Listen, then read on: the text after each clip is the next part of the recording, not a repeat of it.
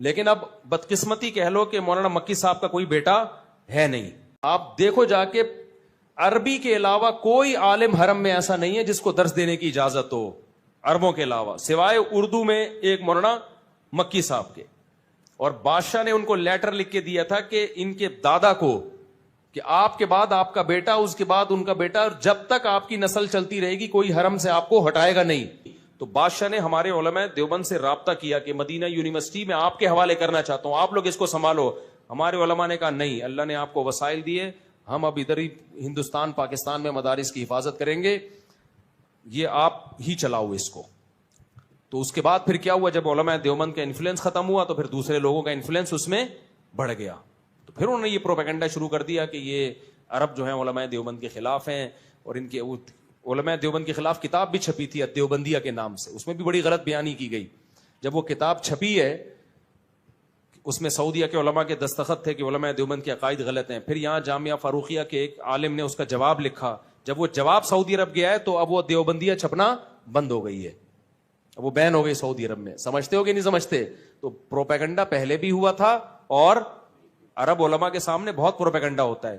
یہ جو تبلیغی جماعت میں نکلنے کو ناجائز قرار دیا تھا, شیخ صالح المنجد تھے غالباً, بہت بڑے سعودی عرب کے عالم ہیں, انہوں نے فتویٰ دیا کہ سعودی عرب تبلیغی جماعت میں نکلنا حرام ہے. میں نے ان کا فتویٰ پڑھا, اس میں انہوں نے وجہ لکھی کہ یہ لوگ قبر پرست ہیں.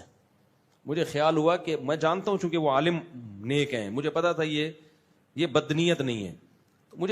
مجھے یقین ہو گیا کہ کتنا غلط پروپیگنڈا کیا ان کے سامنے. تبلیغی جماعت کا قبر پرستی سے کیا تعلق ہے یار؟ مجھے خیال تھا کہ میں ان کی خدمت میں جاؤں, میں کہوں حضرت آپ کبھی تبلیغ میں سہروزہ لگا کے دیکھیں, جتنا تبلیغ والے قبر پرستی کے خلاف ہیں. لیکن ظاہر ہے ان کو پروپیگنڈا تو چل جاتا ہے نا, اتنا پروپیگنڈا کیا ہے کہ انہوں نے فتویٰ دے دی قبر پرست ہیں. کچھ اور الزام لگا دیتے یار, قبر پرستی کا تو کسی طرح بنتا ہی نہیں ہے. تو سعودی عرب کے بڑے بڑے علماء, شیخ الحدیث مولانا زکریا رحمۃ اللہ علیہ کے شیخ بن باز سے بہت اچھے تعلقات تھے.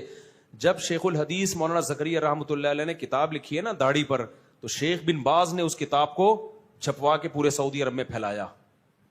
بذل المجہود جو شیخ الحدیث کی شرح ہے ابو داؤد کی, آج بھی سعودی عرب کی کتب خانوں میں آپ کو ملے گی. تو علماء سعودیہ کے جو ہے وہ ویسے بھی حنبلی ہیں, وہ کوئی غیر مقلد تھوڑی ہیں یا اہل حدیث تھوڑی ہیں, وہ تو حنبلی ہیں ویسے بھی.